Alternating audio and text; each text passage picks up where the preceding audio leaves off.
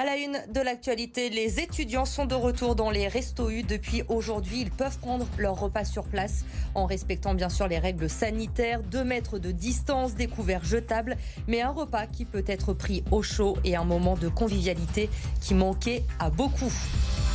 Les restaurateurs reprennent place sur les marchés de Lyon. La ville leur a mis à disposition près de 70 stands pour vendre leurs plats. Un moyen pour eux de continuer à vendre et de limiter les pertes dues au couvre-feu. À 18h, nous avons suivi aujourd'hui le chef Marc Boissieu installé sur le marché de la Tête d'Or. Une cagnotte solidaire pour un cabaret lyonnais. Déjà 8 000 € ont été récoltés pour venir en aide aux propriétaires de l'Âne Rouge. Une somme qui les soulage et qui leur permet de penser à la suite. En attendant leur réouverture, ils réfléchissent déjà à de nouveaux concepts.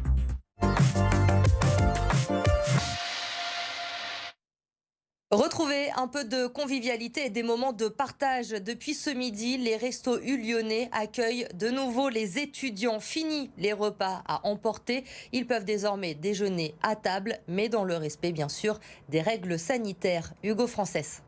C'est une première avancée vers un retour à la normalité. Rompre l'isolement en partageant un repas avec ses camarades.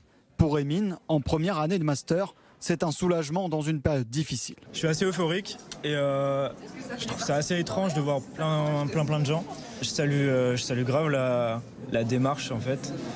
Et ça arrivait d'un coup sans précision de la part de nos autorités ou de l'institution universitaire. Donc c'était une bonne surprise en fait. Alors pas question pour autant de renier les règles sanitaires. 2 mètres doivent être respectés entre les étudiants avec des tables en solo ou en quinconce pour veiller aux distances nécessaires. On a différentes jauges à respecter. Vous voyez, il faut laisser à peu près 8 mètres carrés par étudiant. Donc on a une capacité d'accueil ici de l'ordre de 500 places et on peut en accueillir une petite centaine.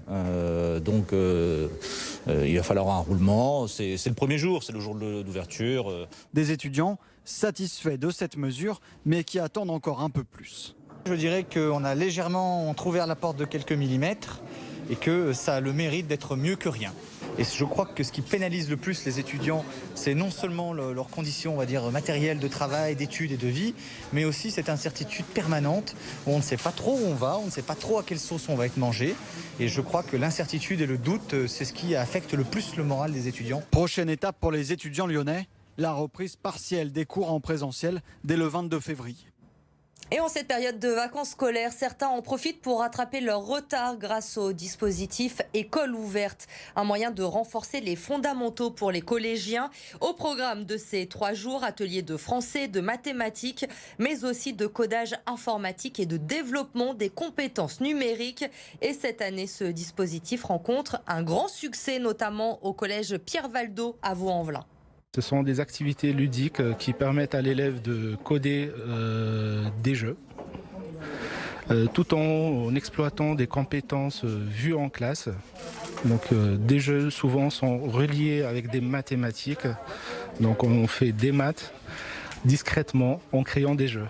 Ici, on a été étonnés parce qu'on a ouvert les inscriptions.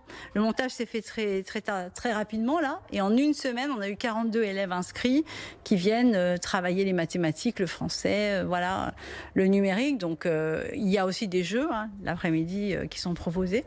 Mais c'est vrai qu'il y a eu vraiment de l'engouement chez les élèves. Donc, ça montre bien qu'il y a un vrai besoin. Les restaurateurs attendent toujours de connaître leur date de réouverture. Alors la plupart en attendant s'est mis, vous le savez, à la vente à emporter, mais également à la livraison. Et vous pouvez aussi maintenant retrouver vos restaurateurs préférés sur les marchés de Lyon. La ville leur a proposé des stands pour vendre leurs plats. Mélanie Ferreira a suivi aujourd'hui le chef Marc Boissieu. Il était installé sur le marché de la Tête d'Or. Du restaurant à la place du marché, c'est une toute autre organisation qu'il a fallu trouver pour ce chef cuisinier et c'est presque un autre métier. Il faut un stand, il faut un camion pour transporter tout ça, il faut des vitrines réfrigérées. Forcément, voilà, ça demande beaucoup d'autres choses que notre métier habituel. Mais c'est pas inintéressant, on apprend. Et les clients sont toujours là, notamment les habitués. Je l'ai suivi depuis qu'il fait des ventes à emporter. Et puis là, il a fait savoir qu'il était sur le marché. Et ben voilà, je viens acheter mon brioché qui fait si bien. Le saucisson brioché, mais aussi le plat signature du chef, le tataki de bœuf avec cervelle de canut au citron vert et wasabi. La préparation a commencé en cuisine et bien plus tôt que d'habitude dès 5h45 du matin. Là, ouais, non, on n'est pas aussi matinaux habituellement. Mais là, on s'adapte. Faut faire le marché, donc faut être prêt tôt. Pierre et Lucas sont contents de reprendre du service 2 jours par semaine, même s'ils l'avouent, les 2 cuisiniers préfèrent dresser de belles assiettes plutôt que des barquettes. Un peu moins amusant pour dresser, c'est vrai que quand on a des belles assiettes, c'est un peu ce qui nous plaît dans notre métier, c'est qu'on peut vraiment s'amuser à faire des très belles choses et que là, ouais, avec des boîtes, c'est un peu plus compliqué. Mais cela risque de durer encore quelques temps. Le contrat avec la mairie pour une place sur le marché court jusqu'à la réouverture des restaurants et elle n'est pas prévue pour tout de suite. Il est installé dans le 5e arrondissement depuis plus de 50 ans maintenant. L'Âne Rouge, un restaurant cabaret qui accueille les humoristes de la région depuis des décennies, mais qui reste porte close depuis des mois. Alors une cagnotte solidaire a été lancée par une cliente, 8 000 € récoltés et des projets plein la tête pour se réinventer. Octavie Couchard et Mélanie Ferreira. Au cœur du vieux Lyon, on entend encore résonner presque 50 ans de rire. Vous m'ouvrez ?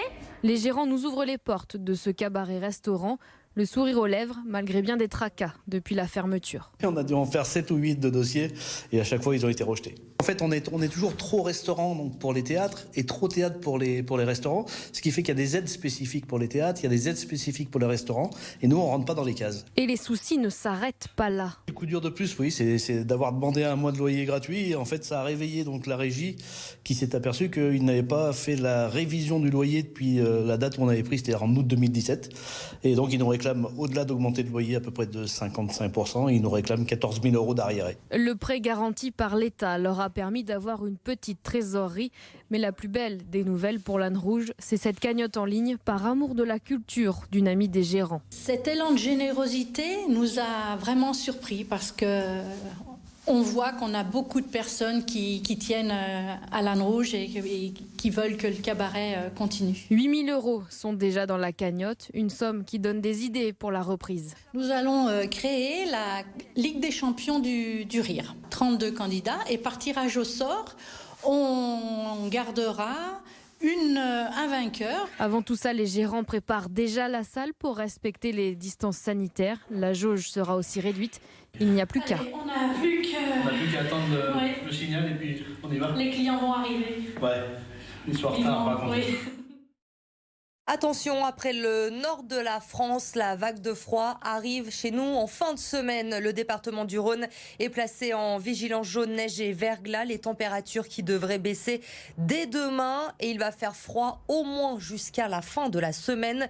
Écoutez les prévisions de Romain Weber, fondateur de Lyon Météo. Il est au micro d'Émilie Flamin.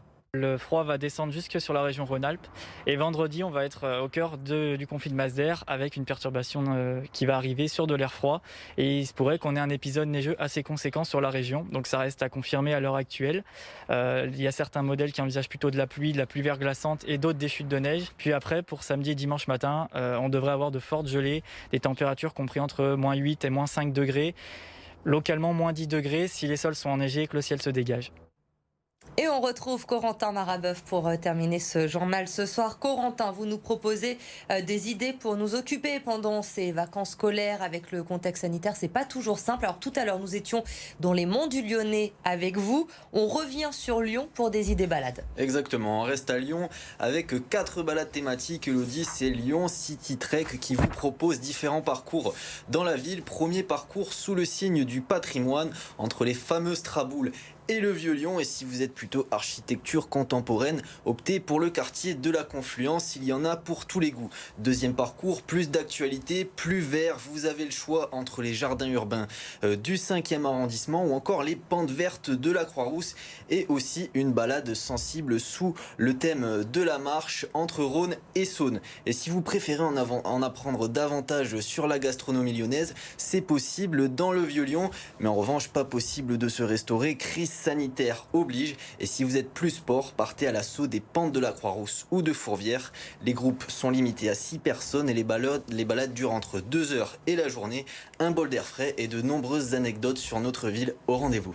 Et pour ceux qui préfèrent rester au chaud à la maison avec le froid qui arrive, eh bien ça tombe bien, vous avez également l'idée parfaite avec un voyage dans le temps en restant tranquillement à la maison. Exactement. Rendez-vous en Antiquité avec la directrice du Lugdunum Musée et Théâtre romain. Elle vous propose une exposition virtuelle nommée Une salade César. Le but, déconstruire les mythes autour du banquet romain. Alors à travers votre écran, partez à la découverte d'espaces reconstitués comme le banquet des Romains ou encore leur fameuse taverne. Découvrez ce que mangeaient réellement les Romains, quelles étaient leurs coutumes et profitez même, Elodie, de l'occasion pour garnir votre livre de recettes. On n'y manquera pas, effectivement. Merci beaucoup, Corentin, pour toutes ces idées pour vous occuper et nous occuper également pendant ces vacances de février.